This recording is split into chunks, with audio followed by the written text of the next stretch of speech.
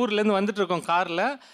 8 மணிக்கு எனக்கு கண்ணு மூடுற மாதிரி இருக்குது. நான் சொல்கிறேன், எனக்கு தூக்கம் வருது, விழுப்புரத்தில் ஃப்ரெண்டு வீடு இருக்குது, தூங்கிட்டு காலையில் போகலாம். இத்தனைக்கு சனிக்கிழமை இரவு தான் நாங்கள் போயிட்டுருக்கோம். இல்லைங்க, எப்படியாவது போயிடலாம், பெட்ரோல் பங்கில் ரெஸ்ட் எடுத்துகிட்டு ஒரு அரை மணி நேரம் தூங்குங்க. நான் தூங்கினேன், மூஞ்ச கழுவுனேன், திரும்ப வண்டி எடுக்கிற, திரும்ப தூக்கம் வருது. சொல்கிறேன், இன்னும் கொஞ்சம் தூரம் போயிட்டு டீ குடிங்க, திரும்ப தூக்கம் போயிடுன்றாங்க. 3 தடவை சொல்கிறேன். பெருங்கல்தூர் வரும்போது விபத்து. 80ல் போயிட்டு இருக்கேன், 120ல் வந்து ஒருத்தன் இடிக்கிறான். இடிச்சோன்னே நான் காலினே நினச்சிட்டேன். பிள்ளைங்க உருண்டு கீழே விழுது, மனைவி தூக்கத்துலேருந்து எழுதி கத்துறாங்க. எனக்கு ஒன்றும் புரியல. அப்போ நான் சொல்கிறேன், இது நடக்க போகுதுன்னு நான் சொல்கிறேன், ஆனால் நீ அதை கேட்கல. இப்போ இதானே நடந்தது. அடிப்பட்ட பிறகு எனக்கு 60,000 ரூபாய் செலவு காருக்கு. எங்கள் அண்ணன் நான் சொன்னால் கேட்குறாரு, எங்கள் அக்கா நான் சொன்னால் கேட்குறாங்க. ஆனால் மனைவி கிட்டேருந்து அந்த அங்கீகாரம், உங்களுக்கு ஒன்றும் தெரியாது, கம்முன்னு இருங்க அப்படின்னு சொல்லிடுறாங்க. இல்லை, அது எவ்வளோ இரிட்டேட்டிங்காக இருக்குது. இவ்வளோ சொல்லும் புரியலங்கிறது உங்கள் மனநிலை எவ்வளோ இரிட்டேட்டிங். பெண்கள் அழுதுட்டா அதுலேருந்து வெளியே வந்துடுவாங்க.